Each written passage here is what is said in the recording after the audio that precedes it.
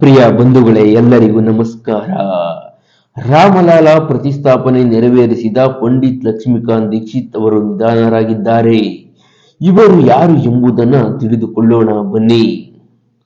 ಅಯೋಧ್ಯೆಯ ರಾಮ ಮಂದಿರದಲ್ಲಿ ರಾಮಲಾಲ ಪ್ರತಿಷ್ಠಾಪನೆ ನೆರವೇರಿಸಿದ ಪಂಡಿತ್ ಲಕ್ಷ್ಮೀಕಾಂತ್ ದೀಕ್ಷಿತ್ ಅವರು 86ನೇ ವಯಸ್ಸಿನಲ್ಲಿ ನಿಧನರಾಗಿದ್ದಾರೆ.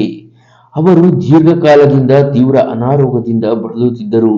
ಇವರು ವಾರಾಣಸಿಯ ಮೀರ್ಘಾಟಿನಲ್ಲಿ ಸಾಂಗ್ವೇದ್ ಕಾಲೇಜಿನಲ್ಲಿ ಹಿರಿಯ ಪ್ರಾಧ್ಯಾಪಕರಾಗಿದ್ದರು. ಈ ವಿಶ್ವವಿದ್ಯಾಲಯವನ್ನ ಕಾಶಿ ನರೇಶ್ ಅವರ ಸಹಾಯದಿಂದ ಸ್ಥಾಪಿಸಲಾಯಿತು.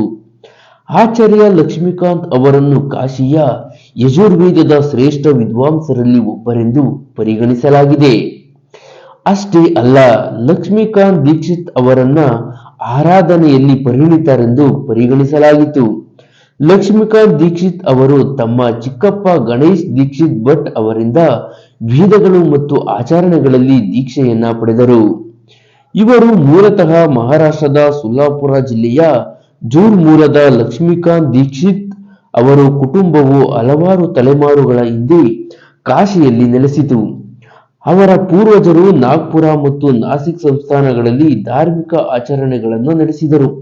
ತಮ್ಮ ಪೂರ್ವಜರು ಶಿವಾಜಿ ಮಹಾರಾಜರ ಪಟ್ಟಾಭಿಷೇಕವನ್ನ ಮಾಡಿದರು ಎಂದು ಲಕ್ಷ್ಮೀಕಾಂತ್ ಅವರ ಪುತ್ರ ಸುನೀಲ್ ದೀಕ್ಷಿತ್ ಈ ಹಿಂದೆ ಹೇಳಿದರು.